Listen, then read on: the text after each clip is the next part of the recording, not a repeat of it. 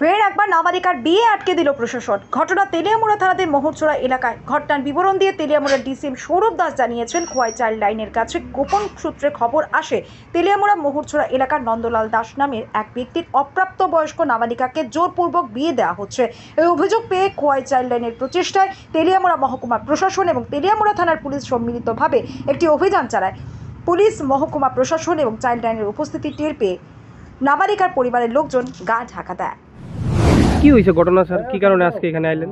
Main কথা, child লাইনে একটা ফোন গেছিলো যে মোহরচোড়া তহসিলদার আন্ডারে নন্দলাল দাস আর নিবেদিতা দাস, যে একজন মাইনর, ওনারা ফোর্সফুলি বিয়ে দেওয়া হইতেছে।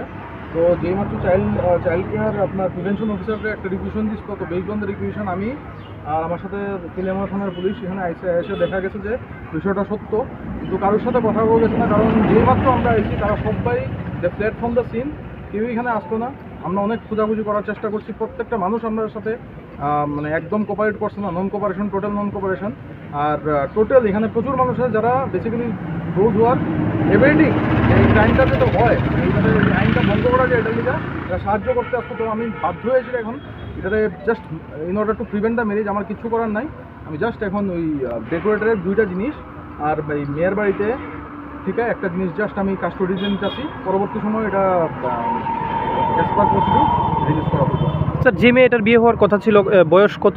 বয়স আনুমানিক 16 to 15 হবে, কারণ মেয়েটা ক্লাস 9-এ পড়ে। এখন ক্লাস 9-এ পড়ে তো জানা গেছে। এখন মেয়েটা তো দেখা গেছে না, বার্থ সার্টিফিকেট বা কোনো অ্যাডমিট কার্ড আমরা দেখাইছে না, কারণ কোনো গার্ডিয়ানই আসতো না, সব এখান থেকে ভাগ্যা গেছে। তো আমরা এটারে অ্যাসার্টিন করা পসিবলই হচ্ছে না, হয়তো বা 14, 15, 16 এমনই হইবে। এখন কি স্যার বিয়ে বাড়িতে কোনো পুলিশের পুলিশ ডেফিনেটলি আসবে, চাইল্ড লাইনের থেকেও আসবে, রাত্রেবেলা পুলিশ আসবে। Thank you. এটা কত এখন মা বাবা রাইতো ফোন করেন, ফোন নাম্বার যদি নিজের কাছে না থাকে, কেউ কাছে ফোন নাম্বার লইয়া ফোন করে ফোন। আর কিন্তু যত সময় বলবো আরো কিন্তু সমস্যা বাড়বো।